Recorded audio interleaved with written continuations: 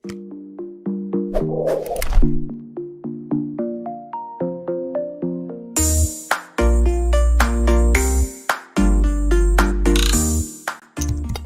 ini didukung oleh Desa WiFi Tol Langit Desa Indonesia. Salam bahagia kerabat desa Indonesia, selamat pagi. Ketemu lagi kita di Kepoin Desa. Kita kepo-kepo tentang desa dalam satu semangat memuliakan desa-desa di Indonesia. Pagi ini saya mendapatkan tema dari tim redaksi. Pantau aktivitas kepala desa lewat medsos. Jadi ada kepala desa yang kemudian setiap aktivitasnya itu diupdate di medsos, dan kita akan tanya-tanya lebih jauh nih. Medsosnya medsos apa ya? Medsos pribadi, jadi narsis, jadi artis apa, selebgram, jadi artis di Facebook dan seterusnya, atau kemudian ini merupakan page atau merupakan akun dari desa. Ini menjadi menarik karena memang di media sosial ini memang menjadi bagian yang luar biasa. Di catatan saya pengguna Facebook, ini catatan awal ketika saya pernah mencoba mengajak teman-teman di desa itu membuat fanpage, itu adalah Maret 2012 pengguna Facebook di Indonesia itu ada 43 juta sekian. Nggak tahu hari ini sampai berapa karena memang agak saya sudah jarang-jarang lagi mengikuti itu, tapi kita akan sapa langsung Pak Kades Ploso Wahyu Lamongan yang berdasarkan informasi dari tim redaksi ini termasuk yang selalu update mengabarkan tentang Ploso Wahyu. Selamat pagi Sugeng Enjang, Mas Kades, Mbah Lurah. Oke, selamat pagi Sugeng Enjing. Assalamualaikum warahmatullahi wabarakatuh, Mas Koco. Waalaikumsalam warahmatullahi wabarakatuh. Mas, ini ceritanya gimana ini? Pak Kades kegiatannya terpantau di media sosial, idenya dari mana? Terus sama Kades mulai kapan ini ceritanya? Siap. Jadi saya Kades baru November bulan 2019 kemarin dilantik. Jadi belum ada setahun.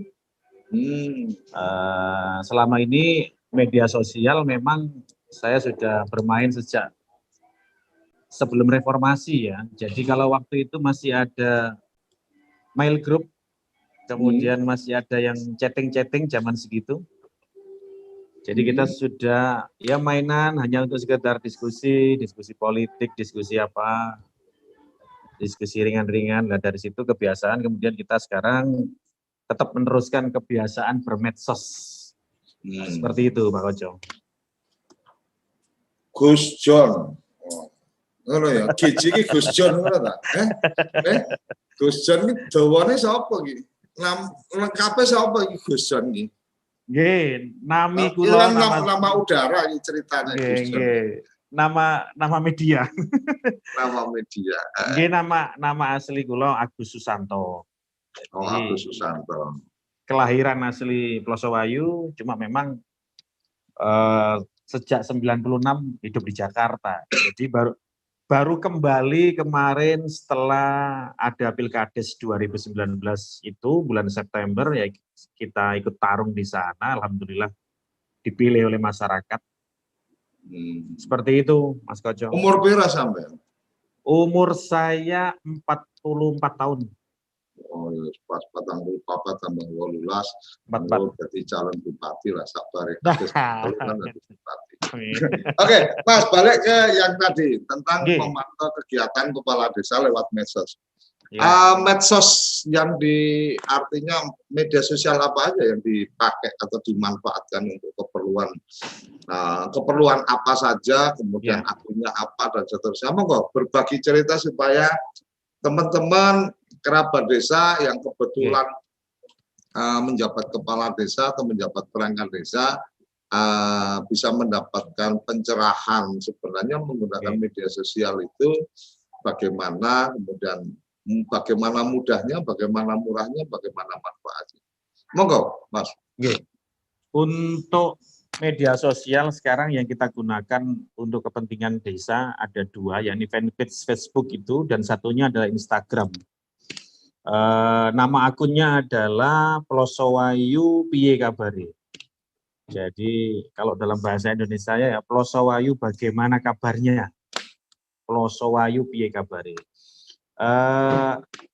Informasi yang kita masukkan ke dalam kedua akun kita di Facebook dan Instagram itu adalah semua informasi yang berkaitan dengan kegiatan desa.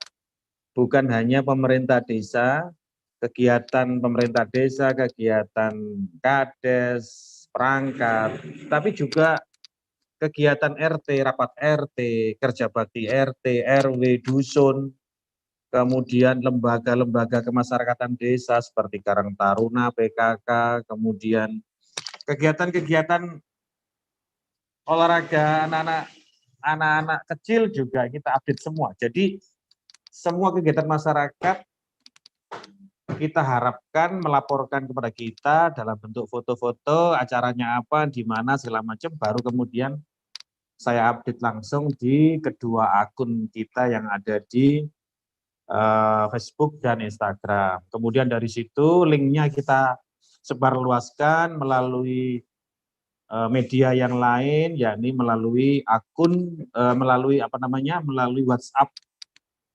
melalui jalur WhatsApp grup, ya. Kemudian status-status WhatsApp dan sebagainya. Seperti itu Pak Koco, sesekali juga kita memanfaatkan YouTube, tapi belum terlalu banyak. Oke.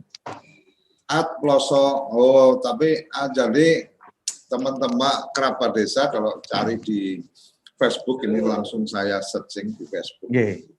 Jadi Plosowayu Piye Kabare tanda tanya, tapi untuk penamaannya atau mentionnya itu Plosowayu Maju. Ini ya Mas. Okay. Tapi ada yang menarik nih Mas. Ini sekaligus kita berdiskusi tentang media sosial khususnya Facebook. Kenapa saya tertarik untuk kemudian kita explore Facebooknya karena dari 2012 saya membuat catatan itu di 2000 ya kalau kita publish 2015 saya membuat catatan desa punya fanpage Facebook Perlukah itu di Kompasiana ada catatan saya di situ. Yang menarik adalah ini ada mention yang penamaan sekarang ini kan kemudian bisa saling terkoneksi nih. Jadi kenapa kemudian saya coba cek juga Instagramnya. Instagramnya apakah sama namanya Plosowayu Maju? Plosowayu. Nah, pilihan menggunakan Facebook itu pilihan yang pertama atau pilihan kapan nih? Di awalnya pakai Facebook dulu atau Instagram dulu atau gimana? Facebook dulu. Facebook dulu, kemudian tidak lama kemudian pakai Instagram. Nah, oke.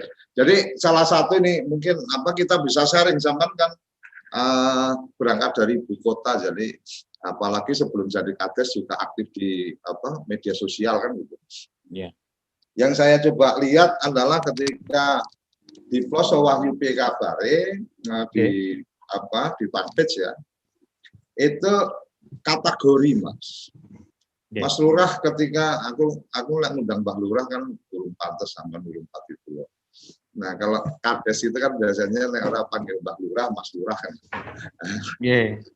Nah di Plosowayu Piye Kabare kenapa opsinya di situ pilihannya sebagai situs web berita dan media, Pak? Karena kalau yang saya tahu di pengkategorian fanpage di Facebook itu juga ada pengkategorian itu sebagai lokasi tepat atau bahkan kalau nggak salah waktu itu ya, yang sekarang saya nggak terlalu ngikutin, di waktu itu 2015 itu ada pengkategorian sebagai organisasi pemerintahan. Artinya Artinya sebagai identitas menjadi lebih jelas, Pak. Ya. Bisa berbagi cerita. Ya, untuk awalnya memang kita hanya ingin begini.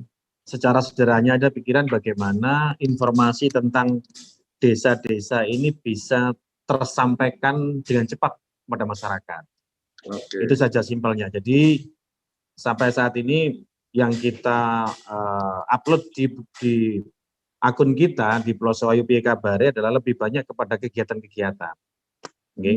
Tapi kegiatan macam-macam ya, tidak hanya kegiatan desa saja, tapi semua kegiatan desa dan warga.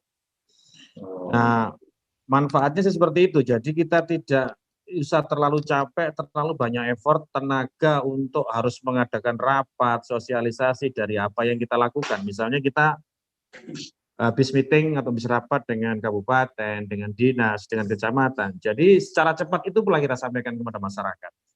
Kita update beritanya di media sosial, di 2 akun yang kita miliki, kemudian kita sebar, kita share linknya melalui WhatsApp group. Jadi kita juga RT punya WhatsApp group sendiri, kemudian lembaga desa punya sendiri, kemudian LKD lain juga ada. Misalnya PKK, Karang Taruna. Nah, ini yang kita manfaatkan untuk broadcast pemberitaan tentang desa. Seperti itu, Pak Koco. Jadi di samping itu kita juga melihat bahwa dengan adanya medsos ini adalah selain share informasi all tentang apapun yang dilakukan oleh desa dan warganya, kita juga ingin menunggu feedback dari masyarakat. Biasanya ada yang komen. Biasanya masyarakat ada yang komen. Komennya entah positif, entah negatif, pasti ada. Kemudian dengan adanya medsos ini kita mencoba untuk melakukan transparansi. Transparansi dalam arti apapun beritanya, apapun kita habis negosiasi dengan siapa, dengan segala macam, kita informasikan kepada masyarakat. Jadi tidak ada yang perlu ditutup-tutupi. Seperti itu. Jadi medsos ini kita ambil garis besarnya, kita sesuaikan, kita match-kan dengan apa yang menjadi visi Desa Plosowayu, yakni ada 5 visi di desa kita adalah amanah, Plosowayu amanah, Plosowayu bangkit, Plosowayu berdaya, Plosowayu sejahtera, dan Plosowayu guyub rukun.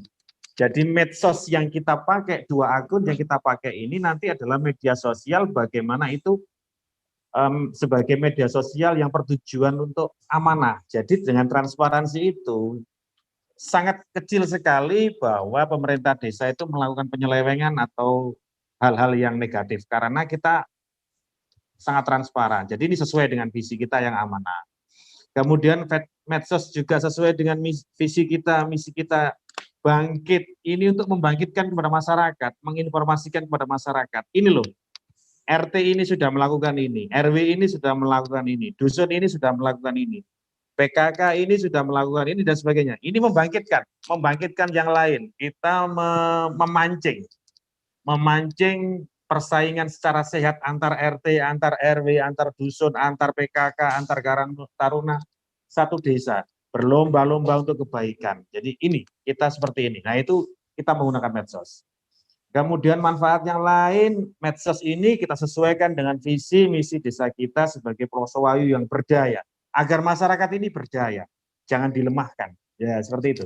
Jadi oh dengan adanya medsos, oh ya ternyata mereka mampu kok. Anak-anak itu kalau diberi kepercayaan, dimong, selalu didukung, disupport, ternyata bisa.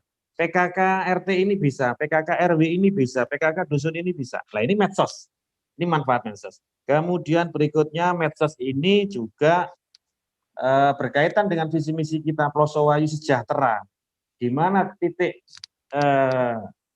ketemunya adalah bahwa informasi apapun seperti pendirian perusahaan-perusahaan baru di wilayah kita, usaha-usaha segala macam, kita informasikan. Jadi masyarakat tahu, oh ya berarti sebentar lagi di wilayah kita ada dunia usaha yang dibuka, berarti sebentar lagi akan membutuhkan pekerja, membutuhkan keamanan. Nah ini ketemu.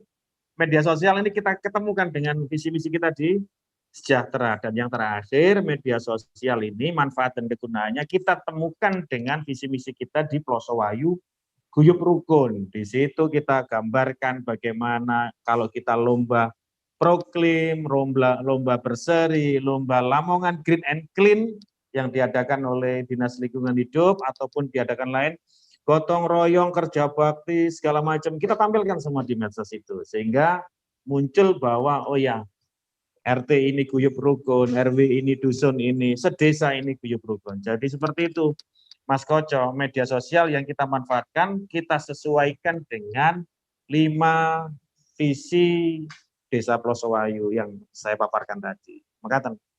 Oke. Facebook, Instagram, WhatsApp. WhatsApp. Benar, ya, Pak? Nggih. Facebook kabeh kuwi, itu otomatis terkoneksi, Mas. Aku melihat mungkin ini sekedar saran aja, saran. Salah satunya adalah kalau untuk medsos, saya sih sebenarnya lebih menyarankan sebisa mungkin nama akun, bukan judulnya ya. Nama akun itu kan @-nya apa kan gitu. Kalau yang saya lihat di Facebook itu @Ploso Wahyu Maju. Tapi kalau di Instagramnya @Ploso Wahyu Piye Kabare. Jadi saya sih mungkin ya kalau boleh menyarankan namanya itu sama, jadi sama-sama @Ploso Wahyu Maju umpamanya, karena ketika kemudian dimention itu terkoneksi semuanya. Nanti tambah Twitternya juga sama, itu akan menjadi lebih gampang terkoneksi. Sama seperti teman-teman kalau mencari TV Desa. TV Desa itu semua akun media sosialnya, Instagram, Facebook, bahkan sampai di YouTube itu kami kalau di dimensionnya itu dengan @mytvdesa. Ketika @mytvdesa otomatis Twitternya akan ketemu, Instagramnya akan ketemu, Facebooknya akan ketemu dan seterusnya. Ini satu saran saya. Terima kasih. Mas kemudian yang kedua, pilihan dengan 3 itu sudah pilihan yang paling bagus menurut saya memang. Kenapa? Karena ketika kemudian 3 ini dikoneksikan dengan baik, maka status di WhatsApp itu juga bisa otomatis masuk ke Facebook. Ini salah satu fasilitas-fasilitas yang mereka koneksikan. Jadi ini bagian yang luar biasa, sudah dimulai ke sana. Dilakukan oleh teman-teman di Ploso Wahyu. Berikutnya, Mas, ketika kemudian media sosial seperti ini, apakah kemudian ada manfaat membangun komunikasi dengan teman-teman perantau dan seterusnya? Iya, jadi manfaat dari media sosial yang kita kembangkan, walaupun secara saya tidak terlalu membangga-banggakan, tapi secara sederhana saya bilang seperti itu. Ini adalah bisa dipantau, bisa dinikmati oleh internal warga kita sendiri yang ada di desa dan juga eksternal oleh warga kita yang berada di perantauan, di Jakarta segala macam, di Batam, itu juga memantau saya lihat. Selain itu juga teman-teman saya misalnya yang dulu di Jakarta, di Bogor, Bekasi, Depok dan sebagainya juga saya lihat sering memantau dari update informasi tentang media sosial ini. Seperti itu, Mas Koco. Jadi ya lumayan bahwa apa yang kita informasikan tidak hanya diketahui oleh warga kita saja, tapi juga di luar warga kita juga ikut memantau. Seperti itu, Pak Koco.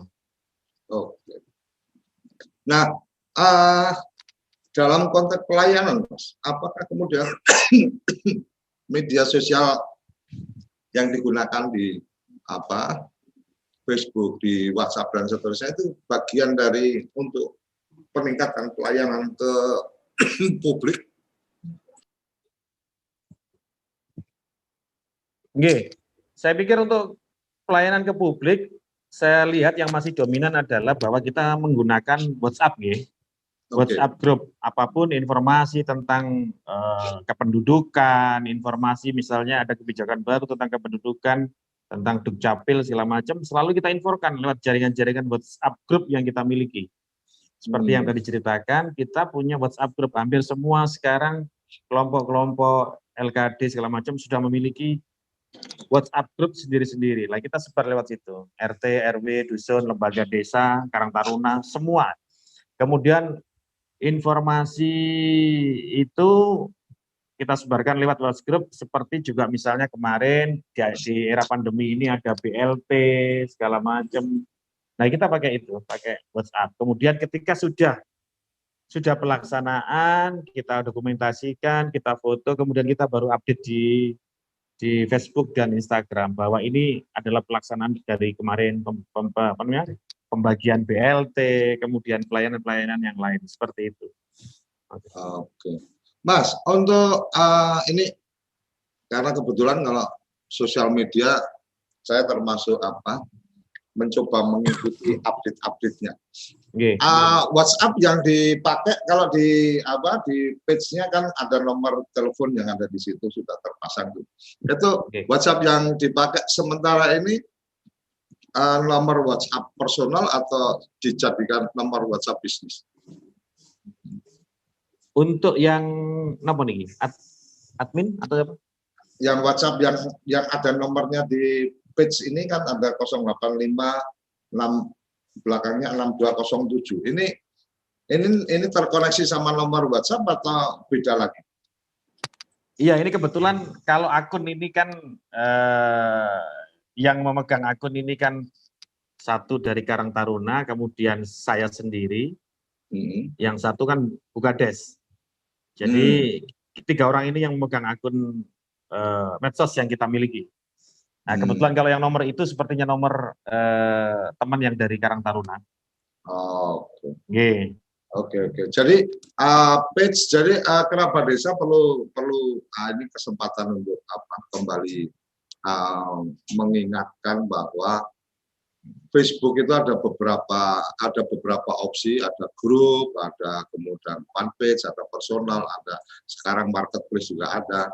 Nah, di fanpage ini yang kemudian menjadi menarik adalah di situ ada opsi sebagai apa ini page ini, page apa itu dijelaskan. Makanya tadi saya mengingatkan Pak Kades mungkin yang admin utamanya, karena ada leveling di admin itu, mungkin admin utamanya bisa memilih opsi page itu sebagai page apa, page media TV, page apa, stasiun TV atau program TV. Makanya bicara TV itu ada beberapa pilihan. Dulu sih ada page itu bisa government, itu ada page tersendiri, jadi ini akan terkoneksikan dengan page-page government yang lain ini, karena Facebook ini sangat sangat memperhatikan karakteristik dari apa-apa yang ada di dalamnya. Jadi ini menjadi penting untuk dikasih catatan. Dan opsi yang lain lagi, ketika kemudian kita masuk ke Instagram juga ada 2 akun, ada akun personal, ada akun bisnis. Akun bisnis ini informasinya akan jadi lebih detail, alamat alamat website, alamat lokasi dan seterusnya, itu di Instagram akan lebih detail, ada di sana. Kemudian tadi disampaikan WhatsApp juga ada 2, WhatsApp ada personal, ada bisnis. Nah, yang di bisnis itu bisa sampai ke kemudian ketika ngeklik kita cari tahu informasi tentang nomor itu, maka akan ketemu di situ pilihan-pilihan informasinya, dari mulai alamat email sampai ke website sampai ke alamat lokasinya di mana. Jadi ini kalau dimaksimalkan akan luar biasa nih Mas Kades. Dan anak-anak muda bagian yang sangat memahami itu. Dan tadi Mas Kades sudah menyampaikan yang kemudian jadi admin di situ sementara ini adalah teman-teman dari Karang Taruna dan PKK mungkin ya, kalau Bukades kan otomatis bukan otomatis, tapi biasanya menjadi ketua penggerak PKK desa kan gitu. Nah, sayap wah ini aku gak ngerti ini apa Gus John ini memang memahami betul karakteristik untuk menggerakkan organisasi desa atau gimana, tapi pemuda dan perempuan ini memang bagian yang luar biasa yang harus dikuatkan sehingga akan sangat mendukung gerakan pembangunan desa. Pilihannya ada pemuda sama perempuannya, PKK sama Karang Taruna itu kebetulan memang dekat semua ketua Karang Taruna. Kalau Bu Kades kan pasti dekat, nggak mungkin jauh kan gitu. Nah, ketua Karang Taruna karena ada kedekatan atau memang melihat itu satu potensi yang bisa dimaksimalkan, Mas Lurah. Memang kalau peran pemuda memang sentral ya kalau menurut saya, apalagi sekarang dunia gadget ya. Jadi seperti kemarin kita update kependudukan BPS itu yang BPS 2020 kan, itu peran Karang Taruna juga luar biasa ketika semua diarahkan kepada sistem survei mendata masyarakat secara online. Itu kalau RT yang sudah tua-tua nggak bakalan bisa. Jadi makanya pemuda ini saya berikan porsi yang terbesar dalam bagaimana memanage sebuah desa ini, karena memang ya gerakannya cepat. Kita cukup 1, 2, atau 5 orang pemuda saja kita bisa merubah desa. Nah kebetulan ini ada satu Karang Taruna yang kebetulan juga keponakan saya, dia ngerti tentang yang serba HP itu. Kalau yang kadesnya ini kan sudah semi gaptek. Nah, makanya saya ada nggak di Zoom meeting ini gabung nggak ini Karang Tarunanya? Lagi kerja. Oke.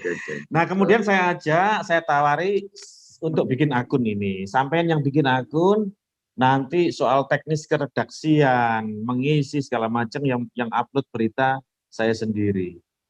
Kemudian Bu Kades juga saya masukkan sebagai admin untuk membantu. Seperti itu Pak Koco. Jadi pemuda penting sekali, apalagi yang di era milenial seperti ini, serba HP, serba online, sangat penting. Apapun sekarang sudah mengarah ke sana.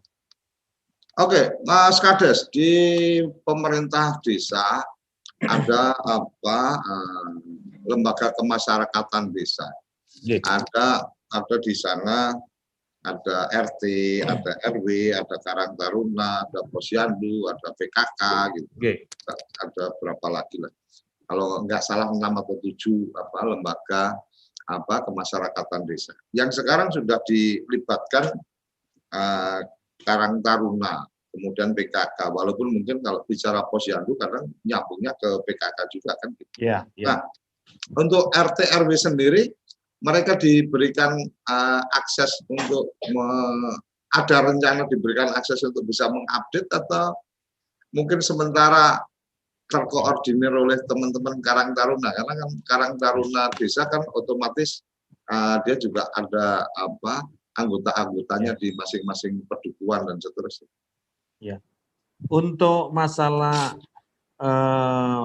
teknis, berbicara masalah konten dari akun-akun yang memang kita pakai ini, kan memang tidak semua orang bisa menulis, kan itu problemnya Mas Koco. Jadi ada orang yang memang melek dengan teknologi informasi, dengan gadget apapun serba bisa, tapi kan belum tentu bisa menulis. Nah, kebetulan saya sedikit bisa menulis, jadi ini adalah konsep perpaduan. Makanya saya gandeng teman-teman, salah satu teman Karang Taruna adalah sampean yang bikin akunnya, sampean yang menyiapkan akunnya, tapi konsep-konsep dan konten itu saya yang megang. Nah, bisa juga suatu saat kalau memang warga itu bisa mengupload sendiri, bisa, tapi kan kita juga harus memilih dan memilah apakah memang benar masyarakat itu bisa atau tidak, kan gitu. Kalau kita open kemudian tidak kita kontrol kan berbahaya juga. Nanti kalau misalnya masuk sebagai admin, masuk sebagai berbahaya juga. Jadi untuk saat ini masih tersentralize di di saya, kontennya, keredaksiannya tetap dari saya. Untuk saat ini kira-kira posting yang sudah kita lakukan ada sekitar 350 posting. Jadi baru ya sekitar berdiri ini 10 bulan lah ya, 10 bulan. 10 bulan akun ini berdiri, dan sebelum setahun pemerintahan desa ini belum setahun ya, itu sudah ada sekitar 350 posting di akun Facebook dan Instagram. Dan ini kan rate-nya kan bisa sekitar 3,5 ya, 3,5 per day ya. Nah sampai saat ini ya saya cuma begini saja ke LKD ke masyarakat. Kalau jenengan ada acara monggo kirimkan fotonya ke saya. Terus acaranya kapan, tanggal berapa, yang datang siapa saja, konsennya apa, itu baru kemudian saya tulis ke redaksiannya. Seperti itu Mas Koco. Jadi untuk konten dan keredaksian masih saya pegang penuh. Artinya kalau LKD itu bisa juga berkirim WA ke Mas Lurah, nanti Mas Lurah yang bantu untuk dilakukan update. Betul. Jadi mereka kirim foto saja, mereka kirim foto melalui jaringan WhatsApp itu. Oke, luar biasa kerabat desa. Kita akan ngobrol lebih jauh lagi di sesi kedua. Kita akan rehat dulu sejenak untuk kemudian masuk di sesi kedua. Jangan kemana-mana, tetap di Kepoin Desa. Kamu tinggal di pulau terpencil, pegunungan pinggiran kota, atau daerah di Indonesia yang tidak terjangkau jaringan fiber, ADSL, dan juga 3G. Internetan dengan cepat pasti cuma akan menjadi mimpi. Mau pakai tol langit, pakai Desa Wifi, kunjungi www.desawifi.id.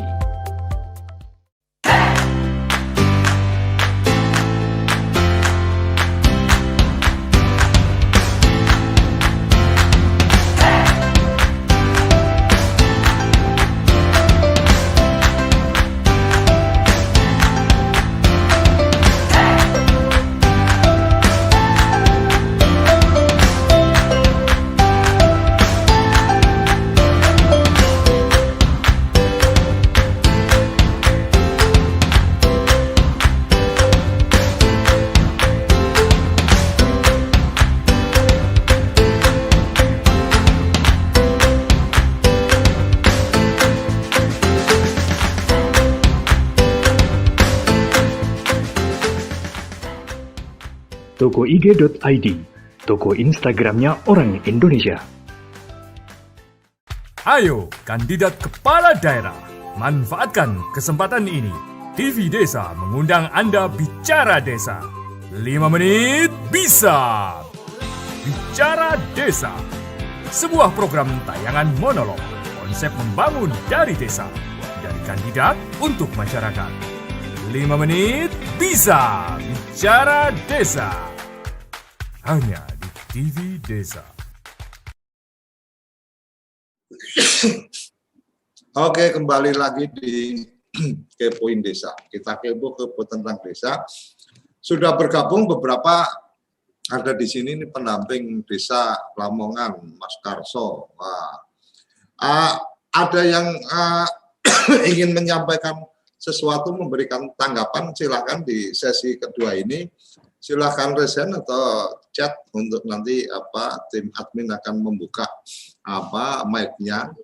Jadi teman-teman, ini mungkin pendamping desa perlu kita undang ini untuk bicara. Monggo pendamping desa ada bisa memberikan komentar tanggapannya ke agendanya Mas Lurah ini. Ini menarik menurut saya ide kita mengembangkan pemanfaatan media sosial untuk mempublikasikan kegiatan ini. Menurut saya luar biasa, bisa jadi inspirasi untuk kerabat desa yang lain. Ada Mas Ari ini. Boleh, silakan Mas Ari, ada yang ingin disampaikan? Monggo, saya sudah buka dari sini, Mas Ari. Halo. Monggo Mas Ari. Kok di mute lagi? Unmute. Halo. Halo. Selamat pagi. Pagi, Mas Heri. Kameranya dengan aja Pak, di miring apa di landscape biar ini. Selamat pagi. Saya Heri. Pagi, Mas Heri. Sama Lura ini. Dari Jakarta Ya, ini saya. Siap. Silakan Mas. Halo. Silakan. Silakan, Monggo. Mas. Monggo Mas Heri. Ya, sangat menarik nih ada TV Desa nih. Saya baru tahu juga ini diundang sama Pak Lura ini, mantap nih. Oke, emang banyak perkembangannya nih kayaknya nih. Mantap, Ada yang ingin disampaikan dengan apa yang dilakukan oleh Mas Lurah ini dengan menggunakan media sosial, Mas Heri? Wah, ini adalah kemajuan yang sangat pesat banget, Pak. Yang apa ya, yang kiranya bisa bikin gebrakan lah, agar setiap desa itu punya apa, bisa update tentang perkembangan desanya terhadap warga kota seperti kita yang ada di Jakarta. Itu aja sih, Pak. Mas Heri dari kampungnya Mas Lurah atau dari Lamongan atau temennya Lurah? Saya temennya Pak Lurah dari Cibubur, Pak. Oke. Jakarta. Ya, Mas dulu di Cibubur kita bersama-sama di Cibubur dulu, Pak. Oh gitu ya. Jadi ya. Jadi bisa mengikuti bagaimana yang pulang kampung ini kemudian jadi lurah, kemudian ngapain aja, Mas? Oke, matur Mas Heri sudah memberikan apa responnya. Kita menunggu juga ini dari pendamping desa ini kalau berkenan monggo memberikan komentarnya. Mas Lurah sambil menunggu teman-teman yang lain bisa raise hand atau bisa memberikan pandangannya. Ini bagian yang menarik, memang bagian yang menarik yang dilakukan oleh teman-teman. Kalau Mas Heri tadi mungkin baru kenal TV Desa, ya mungkin karena memang selama ini kita hanya melakukan siaran di satelit aja. Baru kemudian pasca pandemi ini kita memulai untuk mengkoneksikan dengan jaringan sosial media. Jadi insya Allah kalau di googling, diketik TV Desa, akun-akun media sosial kita termasuk juga podcast itu kita ada. Jadi Mas Lurah, obrolan kita pagi ini itu nanti oleh teman-teman juga akan diolah menjadi audio, kita upload di podcast. Jadi pakai podcast apapun tinggal dicari aja TV Desa, nanti insya Allah paling lambat 2 hari setelah acara itu biasanya sudah naik di podcast. Jadi teman-teman yang di perjalanan atau cuma pengen dengerin suara aja, cukup dengan menggunakan podcast. Kira-kira itu yang kita bisa sampaikan tambahan ke teman-teman yang mengikuti, kerabat desa yang mengikuti program ini. Kembali ke Mas Lurah. Mas Lurah, ketika kemudian ada ide tentang menggunakan media sosial seperti ini, ada nggak yang kemudian Yunus Sewu lah, kadang-kadang kan membuat sesuatu yang baru atau yang di luar dari kebiasaan, itu kemudian ada yang tidak paham tapi terus gayanya sok ngerti kan, artinya memperolok, mencibir atau kemudian dengan bahasa-bahasa minus dan seterusnya. Ada nggak yang kayak gitu, Mas Lurah? Pasti ada. Pasti ada. Jadi paling tidak ini media sosial itu tadi seperti yang saya ceritakan di awal adalah memangkas semua proses, mungkin jalur birokrasi, mungkin jalur informasi yang selama ini kan bisa dinegatifkan, kan begitu Mas Kojo? Ya. Jadi kalau misalnya gini, informasi yang disembunyikan kemudian dibuka itu kan, kalau kita berniat negatif kan bisa saja, bisa diuangkan, bisa diapakan, segala macam. Nah, dengan adanya media sosial yang serba transparan ini, makanya tadi terkait dengan visi desa kita yang pertama, amanah, semua serba terbuka. Jadi tidak ada lagi rapat penentuan siapa warga yang berhak untuk mendapatkan bantuan langsung tunai dari dana desa segala macam, semua serba terbuka, masyarakat bisa mengikuti. Jadi tidak ada lagi disinformasi, tidak ada lagi menjual informasi, tidak ada lagi menguangkan birokrasi. Seperti itulah. Hal-hal ini yang kemudian tidak disukai oleh orang-orang yang seperti itu. Jadi wajar saja jika apapun yang kita buat, sepositif apapun, pasti yang merasa sudah zona nyaman untuk bisa mendapatkan sesuatu, kemudian sekarang dibuka secara terbuka, secara otomatis, secara psikologis memang mengganggu bagi mereka. Tapi ya memang ini perubahan yang harus kita lakukan. Masyarakat harus bisa memperoleh informasi secara cepat. Tidak perlu lagi informasi itu dibiaskan, didisinformasi dan sebagainya. Pasti ada, Mas Kojo, pasti ada. Dan itu ya pasti kadang-kadang begini. Semua serba diberitakan kayak orang pamer saja. Kan seperti itu. Pamer dikit-dikit tahu di Facebook, gitu, pamer ini apa? Padahal ya bukan pamer. Maksud kita adalah agar masyarakat, terutama masyarakat kita itu mengetahui, oh ternyata desa sekarang melakukan ini hari ini, tiap hari, jika dalam sehari saya bisa mengupdate 4 berita, artinya masyarakat sudah bisa mengetahui secara langsung kegiatan-kegiatan desa itu tiap hari. Nah ini kan sesuatu yang sederhana. Jika tidak dilakukan, itu kan kemudian menjadi informasi yang harusnya tahu nyampe ke masyarakat secara langsung terhambat. Jadi luar biasa manfaatnya media sosial ini. Mas, bicara tentang desa itu kan bicara tentang bagaimana pemberdayaan masyarakat, salah satunya kemudian potensi ekonomi dan seterusnya. Salah satu yang kemudian kita tangkap kemarin adalah bagaimana bicara ekonomi juga terkait dengan ekologi. Mungkin saat ini kita sedang ketemu sama Mas Lurah ini dalam konteks bagaimana kemudian teknologi. Jadi bukan ekologi, bukan ekologi tapi teknologi. Nah, bagaimana teknologi sosial media yang kemudian dimanfaatkan ini punya impact atau kemudian punya agenda yang terkait dengan kegiatan pemberdayaan ekonomi masyarakat, Mas. Apakah Mas Lurah juga melakukan update tentang kegiatan-kegiatan potensi bisnis warganya, atau mungkin ada badan usaha milik desa yang kemudian memanfaatkan atau menggunakan media sosial ini sebagai ajang untuk promo dan seterusnya?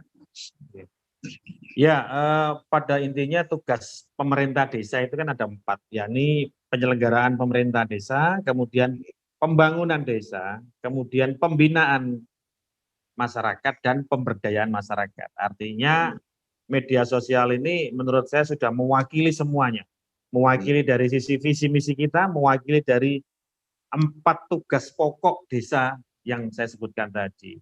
Jadi informasi apapun, Mas Koco, jadi pembentukan BUMDes, kemudian BUMDesnya mau ngapain, segala macam, rapat, kemudian bikin unit apa, unit pertanian, peternakan, pengolahan limbah, pengolahan sampah, dan segala macam itu kita informasikan. Jadi masyarakat yang aware dengan informasi, saya yakin bisa menangkap peluang-peluang itu. Lambat laun, sedikit atau banyak, tergantung dari masyarakat sendiri bagaimana mencerna sebuah informasi yang masuk. Saya yakin jika itu diikutin dengan rutin, dengan seksama, itu akan membawa perubahan yang signifikan menurut saya. Walaupun masyarakat sendiri tidak merasa evolusi dari perubahan dari penggunaan medsos ini lambat laun akan dirasakan manfaat. Walaupun masyarakat itu tidak paham bahwa ini adalah akibat dari kita bermedsos, akibat dari Plosowayu bermedsos. Seperti hubungan kita dengan dinas, hubungan kita dengan di luar, segala macam. Sedikit banyak dipengaruhi oleh penggunaan medsos yang kita lakukan. Nah itu masyarakat kadang-kadang nggak sadar bahwa ini sebenarnya manfaat dari medsos. Seperti itu, Mas Koco. Banyak sekali, semua hal saya yakin berkaitan dengan medsos itu. Oke, jadi memang media sosial salah satunya bicara anggaran juga nggak pakai anggaran yang terlalu gede. Artinya kan suka tidak suka tetap mesti ada anggarannya ketika kemudian mungkin saat ini masih bisa dihandle sih sama Mas Lurah untuk bikin tulisan-tulisan, tapi ketika kemudian pada saatnya nanti kegiatannya begitu banyak dan seterusnya kan bisa juga ada pemberdayaan nih untuk pemuda kemudian menjadi tim redaksinya, dia mungkin perlu difasilitasi akses internetnya dan seterusnya. Di desa sendiri full coverage untuk sinyal seluler atau masih ada tempat-tempat yang susah? Ya, kita kan daerah Lamongan ini kan daerah datar ya. Jadi sebenarnya tidak ada masalah dengan sinyal sebenarnya. Cuma kan memang karena kita juga tergolong dekat 2-3 km dari pusat kota Lamongan, jadi secara sinyal tidak ada masalah. Memang ada beberapa operator yang terlalu minggir untuk membuat suatu BTS. Harusnya di tengah-tengah desa, tapi dia terlalu minggir sehingga di desa yang lain sinyalnya terlalu lemah. Tapi overall kita nggak ada masalah soal sinyal itu karena kita daerah datar dekat dengan pusat pemerintahan kabupaten. Plosowayu sendiri secara potensinya apa Mas? Yang kemudian sampai sekarang ini dikembangkan menjadi mungkin produk produk unggulan desa ya? Ya, untuk saat ini Plosowayu kita petakan dari sisi potensi dulu, secara geografis kita kan lebih dominan wilayah area pertanian, ya agraris. Jadi potensi yang ada adalah padi, panen padi itu. Kalau panen raya sekitar bulan Agustus itu luar biasa. Yang pengambil pedagangnya itu dari luar provinsi Jawa Timur, dari Jawa Tengah, segala macam yang mengambil ke sini karena kualitas padinya bagus. Kemudian kuantitasnya juga banyak. Kemudian yang kedua kita ini model sawahnya adalah sawah tambak. Jadi ketika musim hujan tiba, akhir tahun seperti ini, itu petani akan perikanan. Jadi perikanan. Jadi petani itu akan nanam udang, udang, kemudian ikan bandeng, ikan mujair, ikan bader, ikan emas, ikan sombro itu nanti sampai bulan Mei. Jadi ketika hujan turun, musim penghujan datang, petani akan pergi ke sawah untuk mengolah sawah tambaknya diisi dengan ikan. Misalnya bulan 11 ini berarti 11, 12, 1, 2, 3, 4, 5. Sejak 6 atau 7 bulan sawah itu berisi air, tambak itu kemudian isinya adalah ikan dan udang. Ketika bulan 5 Mei sampai bulan Agustus itu adalah saatnya musim tanam padi. Ketika air sudah mulai surut, itu tanam padi. Di lokasi yang sama? Di lokasi yang sama. Jadi namanya sawah tambak. Bukan. Berarti tidak spesialis memang hanya untuk tambak aja, tetapi pada saat tertentu itu dipakai untuk tanam padi. Makanya istilahnya sawah tambak. Jadi pada saat air banyak, musim hujan turun, itu akan dimanfaatkan untuk perikanan. Nanti ketika air itu sudah mulai surut menuju ke arah kemarau, itu untuk tanam padi. Malah justru tanam padi itu mulai kemarau baru tanam padi karena ketika akan menuju ke kemarau itu baru nanam padi. Padinya padi khusus apa enggak itu Mas? Kalau bicara tambak kan berarti payo tuh, artinya ada air asinnya juga atau gimana? Untuk padi ini kita padi ya pada umumnya kita kebanyakan di sini adalah pakai serang ya, jenis serang, kemudian apa itu namanya kemarin itu pakai impari 32, impari 42 sama seperti umumnya yang lain. Padi ya biasa. Cuma memang berarti itu bukan air payo tuh Mas. Air tambak itu ya ya rasanya ya apa gimana ya? Iya kan? Agak-agak Artinya asin kan ada nggih. ono asin-asinnya gitu kan. Nggih leres. Tapi memang itu Jadine pari berasnya ono asin-asin. Apa nah tambah itu gurih? kelebihannya adalah dari sisi hasil panen. Heeh. Lamongan ini terbagi secara garis besar terbagi menjadi 2 wilayah, Lamongan Selatan dan Lamongan Utara. Yang garis batasnya bisa ditarik jalan poros nasional atau rel kereta api itu. Nah, ketika Lamongan yang selatan itu adalah sawah murni. Sawah murni dalam arti ya sudah nungguin hujan, kalau nggak ada hujan ya nggak bisa nanam padi.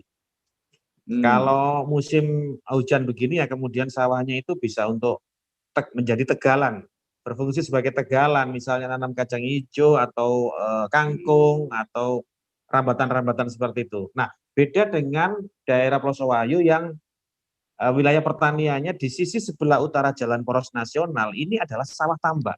Kalau yang Lamongan Selatan tadi sawah saja, kalau yang Lamongan Utara ini sawah tambak. Jadi perikanan. Batasnya batas jalan itu berarti. Iya, jalan nasional itu.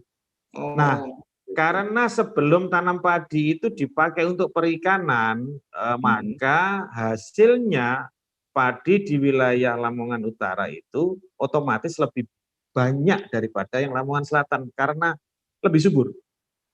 Jadi karena otomatis dapat itu ya, dapat apa ke kotoran-kotoran dari ikan itu yang kemudian betul ada di tanah itu otomatis jadi pupuknya ya.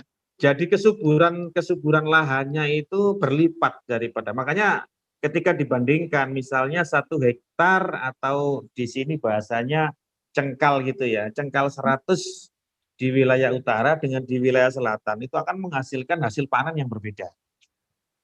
Kalau untuk di daerah Saman 1 hektar bisa berapa ton padi?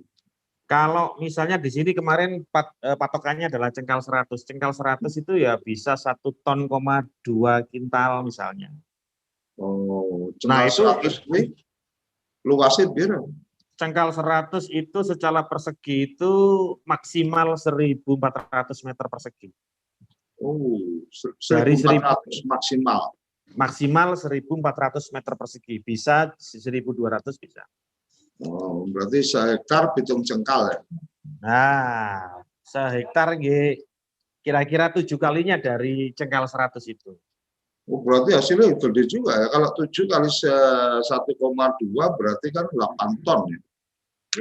Oh, bagus juga ini untuk tinggal. Nah, berarti secara lahan nggak pernah mati ya, artinya ketika kemudian selesaikan, kemudian ditanam padi dan seterusnya, artinya produktivitas cukup tinggi berarti di wilayah Samen. Ya, untuk saat ini kendalanya adalah karena kita masih mengandalkan tada hujan ya. Sistem irigasi masih sebenarnya ada waduk tapi kurang begitu maksimal. Jadi ketika panen bulan Agustus, kemudian sambil menunggu hujan, kira-kira kalau hujannya bulan 11, 3 bulan itu sawah itu tidak termanfaatkan. Ini problemnya.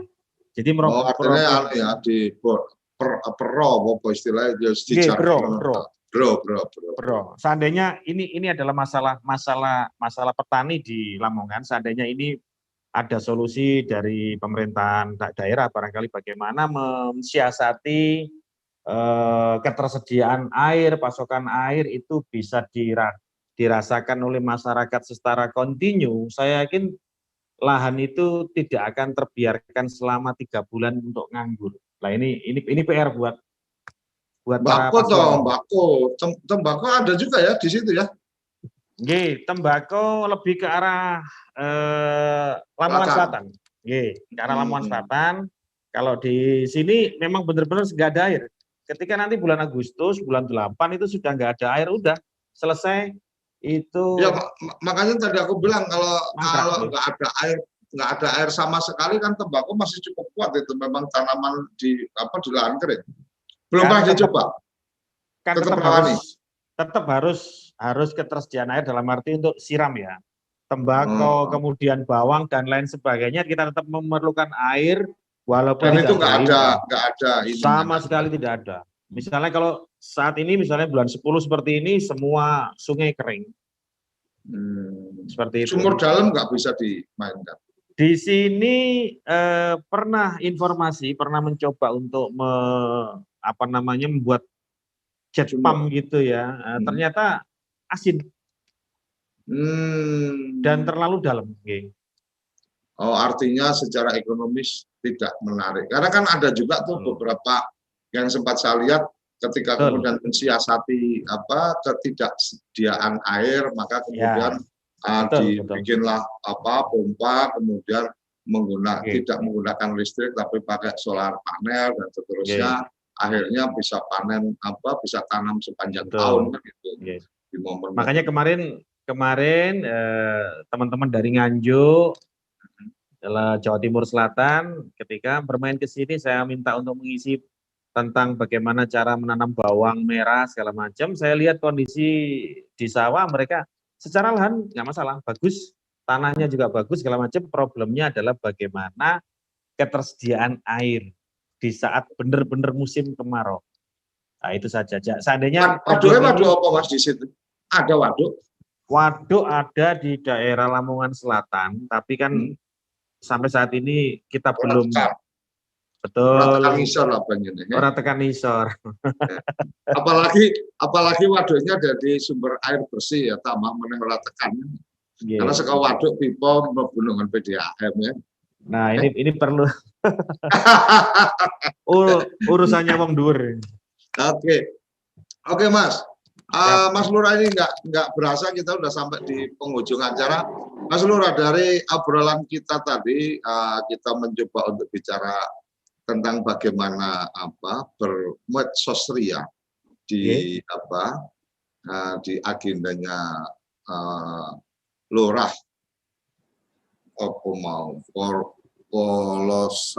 Ploso Wahyu.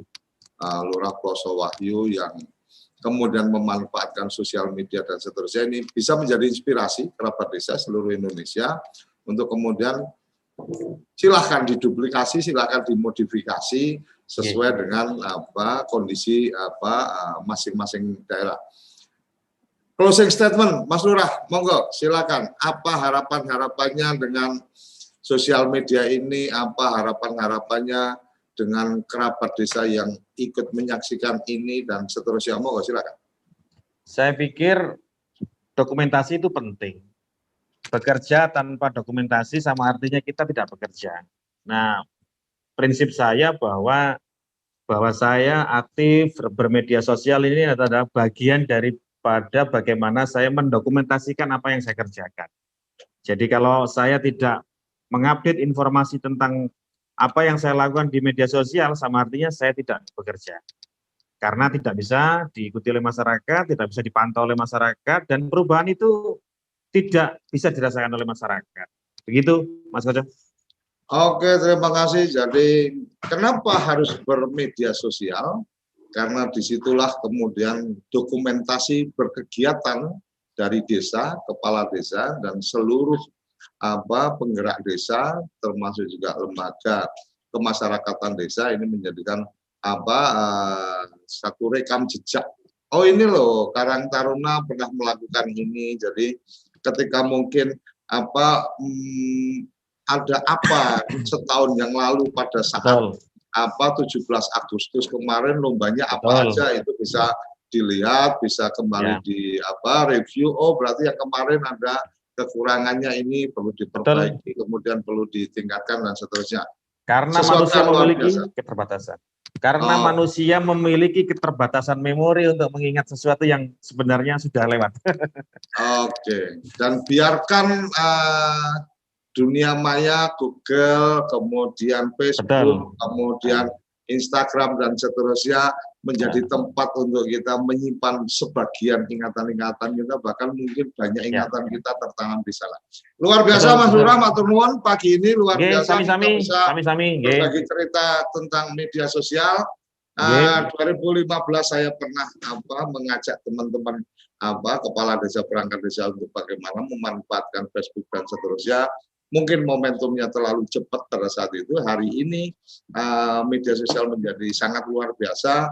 Jadi tidak salah untuk kemudian teman-teman yang kerabat desa yang belum memulai kantor desanya punya akun fanpage di Facebook, punya Instagram dan kemudian punya akun di YouTube dan seterusnya, itu menjadi bagian yang sepertinya tidak bisa dielakkan, itu perlu dipersiapkan karena satu tuntutan hari ini adalah transparansi, dan ketika menggunakan media sosial maka rekam digitalnya jelas dan transparansinya akan lebih terjaga. Saya pikir itu yang saya bisa sampaikan. Terima kasih Mas Lurah jadi tamu di Kepoin Desa, dan Kerabat Desa sampai di sini kita akan ketemu tiap hari Senin sampai hari Jumat pukul 8.30 sampai 9.30. Sampai jumpa di episode-episode selanjutnya. Salam bahagia Kerabat Desa. Assalamualaikum. Terima kasih.